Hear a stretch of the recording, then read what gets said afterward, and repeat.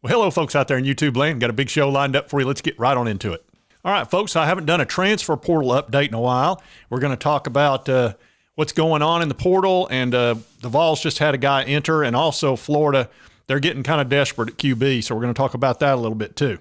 Well, let's start out with the breaking news that we have had a safety that has entered the transfer portal, and that's Cameron Miller, and this is on Go Vols 247. Patrick Brown says Tennessee has had a second young defensive player enter the NCAA portal, redshirt freshman safety Cameron Miller, and he started out as a wide receiver and moved into safety. I believe he had an interception in that spring game as well. Actually, it said he had 6 tackles, a sack, and interception in the orange and white game. We also had Amari McNeil, and he actually went to Colorado, which is, look, that's fine. I have no problem with guys that, literally are not going to get on the field or don't have a real good shot at it moving into the portal so they can go play. They spent their whole life trying to get on the field and play college ball, and they're not getting an opportunity to. And that's what the portal's all about. It's to give them options and let them go somewhere where they can actually tee it up, so to speak.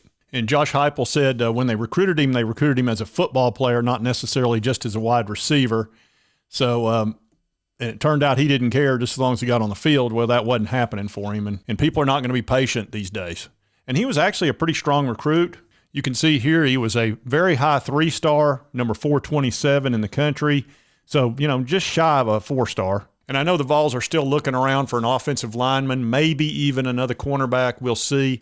They may be satisfied with where they stand right now. It's hard to say for sure. I wouldn't mind another offensive lineman, but they did pick up a couple in the portal already. So, that may be just as a security blanket. Maybe they saw something in the spring game they didn't like. But nothing major going on in the portal for the Vols other than a couple of players that weren't getting to play, moving on to greener pastures. And like I said, that's perfectly fine, and that's what the portal's all about. Now let's talk about Florida. Florida is in desperate times. Their quarterback situation is not good. They're coming off 2 losing seasons in a row, 6-7. And Billy Napier is starting to feel some pressure. Now, he's only been there 1 year, so it's not like, he's on the biggest hot seat in the world or anything. But if he goes into SEC play with a mediocre quarterback, I just don't see it. It's not like they've got some incredibly strong defense. And I know their running game is pretty good. They've got some good running backs, but their offensive line is not, world class. So the question is, are they going to get a QB? And I know they're wanting one. And they're talking all about it down in Florida quite a bit. So let's see what some of the other YouTubers think about it. Now I want to show you one of the YouTubers I usually go to for Florida football because he stays on top of this stuff. What's interesting to me about getting another quarterback is we just can't we can't scoop all of them up in the transfer portal, guys. There's a point too. Look, Graham Mertz was from the portal. Jack Miller was from the portal. We're not happy with either of them. So we think going back to the portal is going to fix the problem. There's not just unicorns just floating around out there, guys. I can promise you that. We do have some names. It's an article from Nick Del Toro on On3 of that are being targeted, or not necessarily targeted, but possible opportunities that are in the portal right now. Austin Simmons was brought up again as reclassifying, but even if he does, right, I think we can learn from Arch Manning, who was a number 1 quarterback. Didn't look that great in the spring game. If Austin was to reclassify, this kid's 2 years.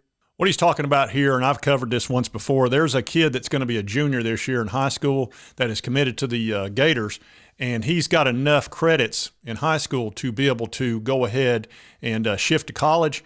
But the problem is he's going to be a junior in high school.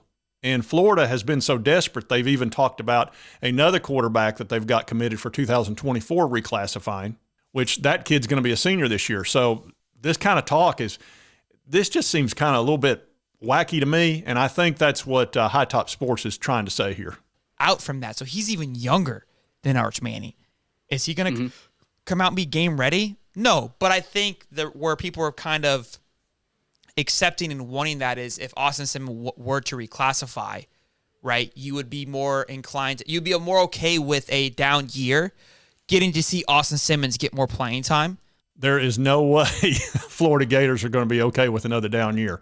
Now, I understand him saying that. He's talking to the Florida fans, but trying to stay optimistic, I guess. But I can tell you if they have another 6-7 season, the temperature on that seat is going to go to nuclear, okay? So Billy Napier needs at least 8 wins to calm things down, because then they'd go from 6 wins to 8 wins. They could see progress. If he has 6 or 7 wins, the pressure is going to be intense. I think that's kind of where Florida fans are in that, like, hey, I'm okay with it. I could be wrong here, but that's my assumption. Dave, what are your thoughts, Dave? Is it because, again, I don't think Austin Simmons is going to be the hero, Lord and Savior either, not year one. No, but I've gone through this 1,000 times. I think it would be beneficial for him to enroll early, just because you don't have to worry about recruiting him till 2025. But, I mean, you talk about 16, 17 years old enrolling at Florida.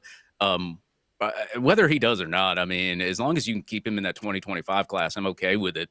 It's more just for like a security thing. Now, I think their concern there probably has to do with Jaden Rashada. They had a 5-star that they thought was coming, but unfortunately, because they had a little contract snafu, and I've showed you the contract that they used for him, and it just turned out it wasn't any good because it was on the wrong type paper. They had used Charmin, and I think on their new contracts, and I showed you this the other day, they are now using 8.5 by 11 pieces of paper. So that should take care of any contract problems they have in the future. And it's real simple. You just write down the amount of money. You have the player sign here, and then you have a person who doesn't really have any responsibility at the collective will sign there. And then there's a bunch of little fine print down here that you would need a microscope to read. And it uses words like null and void and things like that. But they are going to be using an actual piece of paper, and I think that should calm people down. But that's probably why they're concerned about the 2025 commitment. I think what also, too, the issue with the transfer portal is before, I mean, if, a couple years ago, we would watch that spring game. It's like, man, these guys better get to work. They better go out there, start practicing. That's what we're going to get. And because, it's not exactly what we were hoping for, we're out there, looking around, snooping around, hoping for something. Look, we had Anthony Richardson last year. We thought we were set. And going halfway through, we don't know how the season went out. We weren't 100% set. So right now, honestly, Mertz is probably going to be the safest pick. I think everybody was looking at Grayson McCall. All right, so let's talk about Grayson McCall. And by the way, yeah, I'm having some fun at Florida's expense. I'm not making fun of these YouTubers. They're actually really good. This is probably my favorite Florida channel. They have great content. But look, when you renege on a $13 million contract, I'm going to have some fun with that, okay? That's just how it is. And look, they get it. I can promise you if the Vols did that to Nico, I would expect all kinds of grief. But anyway, let's talk about Grayson McCall. And I think I know why he's not at Florida, because I think he possibly would have been. But here's the problem that he's got. And I actually heard this from High Top Sports, I guess it was about a week or two ago, that he might have an issue with his grades. It said, why did Grayson McCall not transfer? And this is just Googling it. It said specifically grades or academic credits can sometimes cause problems when a player transfers. Hummer reported that McCall's visit to Auburn was canceled due to an academic issue. So I think he probably would have gone to Florida or Auburn or something like that, but there must be some sort of an academic problem there. And I can't specifically tell you what it is. That's just, the rumor out there, but it's been reported. All right, so this was actually recorded a few days ago, and they were still didn't know 100% sure whether the Notre Dame guy was going to go to Alabama, and he's already committed. But there was another player that they were deeply interested in, and other Florida YouTubers were talking about it, and that's Malik Murphy out of Texas, who is a backup quarterback to Quinn Evers. And then, of course, you've got Manning over there as well. And he would have been a nice choice, but I think he's decided to stay at Texas, and here's some info on that. And this says Steve Sarkisian, Malik Murphy's commitment to stay at Texas, a product of homework and team culture. Texas has been able to avoid the defection of players from the team in the portal.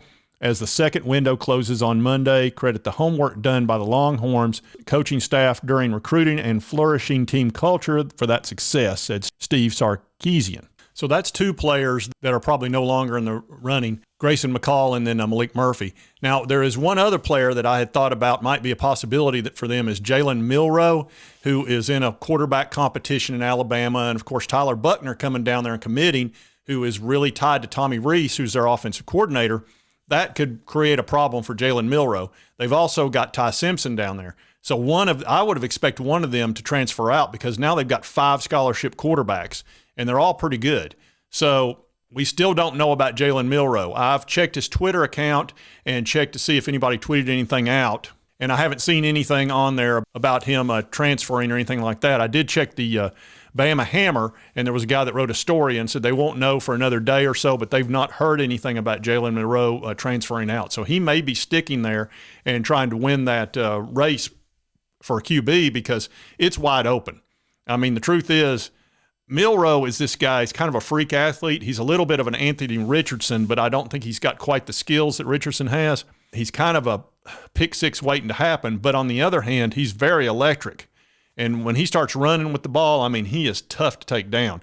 You know, they don't score as many points when he's quarterback, but again, he's pretty electric. And if they could get him to throw the ball a little better, you know, he might be a real option for him, but he's been struggling with the accuracy. I think Florida is in an area where, like, they're probably happy, but they're not going to go overshoot their shot after somebody. It's like, look, we're good. There's nobody out there that we're in dire need to get, and that's going to make an instant impact. So let's just let everything close down, let it settle, and then let's go pick apart from there. All right, so it sounds like Billy Napier is just going to wait, like High Top Sports said there, that he's just going to wait, and then he's just going to put the vibe out and let the players that are out there know that, you know, Florida's available, and maybe that'll help get some competition down there because right now they cannot be happy with the options that they've got. All right, so I just wanted to cover those two news stories. Of course, Vols having a cornerback that transferred out, and then Billy Napier down there in Florida. I don't know what they're going to do. I guess they're just going to wait and see. They may wind up over there at the stag line with old man Schlump. That could happen. So anyway, if you like this content, be sure to hit that like button. Lets me know to continue to cover the Vols and all the SEC and all that good stuff. Right over here on the left's my subscribe button. If you'll hit that little button, cost you nothing, super easy to do, helps me out. That would really be great. And right over here is my most recent video. Be sure to check that one out. And we will see you next time on Sports Talk Jay.